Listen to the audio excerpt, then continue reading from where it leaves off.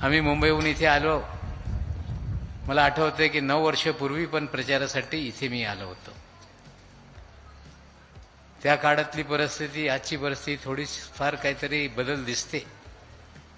पण ज्या प्रकारे प्रकाशदादांनी सांगितलेलं आहे की आपल्याला या शहराच्या चेहरामोहरा बदलायचा आहे, विशेषकर आमच्या भगिनीला जे पाण्याची समस्या आहे, आता दादा इथे पालकमंत्री झाल्यानंतर आपली समस्या निश्चित रूपाने सुटणार, त्याच्यात कुठल्याही मनात कोणाचं हे शंका निर्माण करण्याची गरज नाही. निश्चित रूपाने दादा या जिल्ह्याचे पालकमंत्री झाल्यानंतर विशेष लक्ष या जिल्ह्याकडे देत आहे आणि या जिल्ह्याची परिस्थिती बदलण्याची जबाबदारी अजित पवार साहेबांनी घेतलेली आहे, हे आपण लक्षात घेतलं पाहिजे. पण काम करत असताना आपल्याला नगरपालिकेच्या दैनंदिन जे समस्या असते, स्वच्छता असेल, रस्ते असेल, गल्ल्या असतील, प्राथमिक आरोग्य असतील, प्राथमिक शिक्षण असतील, ही सगळी जबाबदारी नगर परिषदेकडे असत आहे आणि जोपर्यंत तिथे आपण आपली सत्ता आणत नाही ते प्रश्न ते सुटत शकत नाही. त्यासाठी आपल्या सर्वांना विनंती करतोय की आपण 2 तारखेला एक मतदाराने 3 बटन दाबायचं आहे. एक नगराध्यक्ष पदासाठी जाधव साहेबांना आणि आपल्या प्रभागामध्ये 2 जे नगरसेवक पदासाठी उमेदवार आहेत त्यांच्यासाठी पण आपण मतदान करायचं आहे. आता हे करत असताना राष्ट्रवादी काँग्रेस पक्ष इथे निवडणूक लढत असताना दादा काही लोकांच्या मनामध्ये लोकसभेची हवा होती. त्यांना वाटत होता की विशेषकर आमच्या मुस्लिम समाज त्यांच्या पाठीशी उभा राहणार आहे. पण गेली 1 वर्ष निवडणूक झाल्यानंतर कधीही या राज्यामध्ये मुस्लिम समाजावर संकट आल्यानंतर कुठलाही नेता काँग्रेसचे असो किंवा तुतारीवाल्यांचे असो कधी एक शब्द त्यांच्या तोंडातून बाहेर पडत नाही. उसके उलट परिस्थिति क्या है, महाराष्ट्र में खास करके मुस्लिम समाज पे कोई भी संकट आएगा तो कौन सा नेता आपके साथ खड़ा रहता है ये आपको सोचना पड़ेगा. हम लोगों ने देखा है पिछले 1 सालों में, चाहे जो भी संकट आया, जो भी काम मुस्लिम समाज का हो, दादा के पास हम लोगों ने सवाल रखने का काम किया तो सवाल छुड़ाने की जिम्मेदारी अजीत पवार जी ने ली.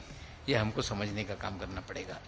पिछले चुनाव में हम लोग आए थे, यहाँ हमारे कुरैशी कुर्ला में रहने वाले कुरैशी समाज के भी उम्मीदवार है. आज से 2-3 महीना पहले कुरैशी समाज ने पूरे महाराष्ट्र में हड़ताल करने का काम किया. कुरैशी समाज पे अन्याय होता था, गाड़ी पकड़ी जाती थी, जिनको अधिकार नहीं वो भी मारहान करने का काम करते थे. हम लोगों ने दादा के पास जाकर उनकी मीटिंग कराने का तय किया. शाम को मीटिंग हुई और सुबह दादा ने रश्मि शुक्ला को बुलाकर आदेश दिया जैसे हर समाज को अपना पेट भरने के लिए काम करने का अधिकार है, ये समाज को भी अधिकार है और इन पे अन्याय होगा तो हम सहन करने वाले नहीं और पूरी तरह से उसका जीआर निकालकर लोगों को न्याय देने की भूमिका स्वीकारने का काम दादा ने करने का काम किया है.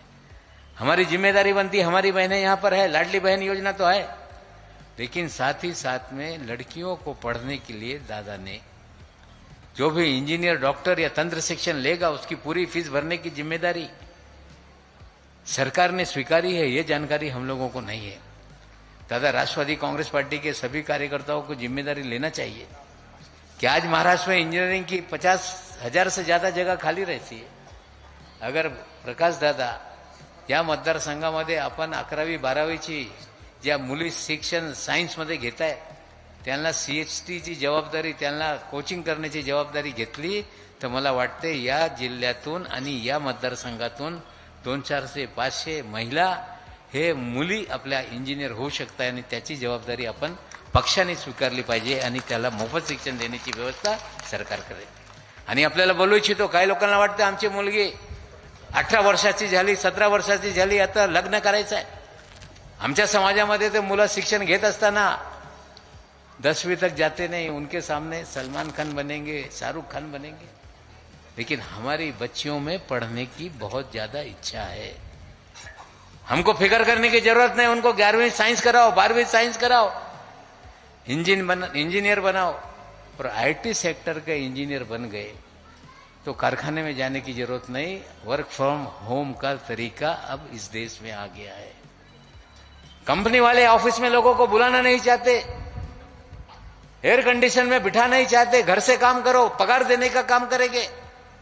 जयसिंह भैया कार्यक्रम हाथ में लो, मुझे लगता है मतदार संघ में 2-5 साल में 1500 महिलाओं को, इंजीनियर लड़कियों को बनाकर उनके घर में 50,000 1 लाख रुपए की आमदनी का जरिया बनाने का काम हम कर सकते हैं। हम राष्ट्रवादी कांग्रेस पार्टी की तरफ से पूरे महाराष्ट्र में कार्यक्रम लेने का काम करेंगे। दादा ने तो 1,500 देने का काम किया है, लड़कियों को शिक्षण मुफ्त देने का काम किया है, लेकिन अब कार्यक्रम हमारा है कि हम लोगों के, हमारे विकास का मतलब दादा रास्ते नहीं, हमारी पार्टी के विकास का मतलब है लोगों के जीवन में बदलाव लाने का काम करना, मानवीय जीवन में बदलाव लाना, हर व्यक्ति के चेहरे पे मुस्कान लाने का काम करना।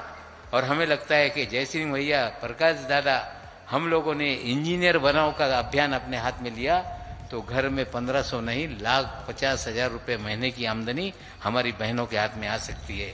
घर में बैठ के काम करेगी, घर का परिवार भी संभालेगी, सास ससुर की सेवा करने का काम करेगी, और जो उनका शौहर नहीं कमा पाएगा उससे ज्यादा कमाने की जिम्मेदारी वो उठाने का काम करेगी। हमारा जो विकास का मॉडल है ये लोगों के चेहरे पे मुस्कान लाने वाले का मॉडल है। इसलिए आने वाली 2 तारीख के दिन आप लोगों को घड़ी का बटन दबा के तीनों उम्मीदवारों को हर प्रभाग में जिताने का काम करेगा। हाथ उठवा, कौन कौन मतदान करणार आहे घड्याळावर? हात उठा बहन, इथे काय उठत नाही हात, इथे एक गर्दी काय सभेसाठी काय? वर करा हात।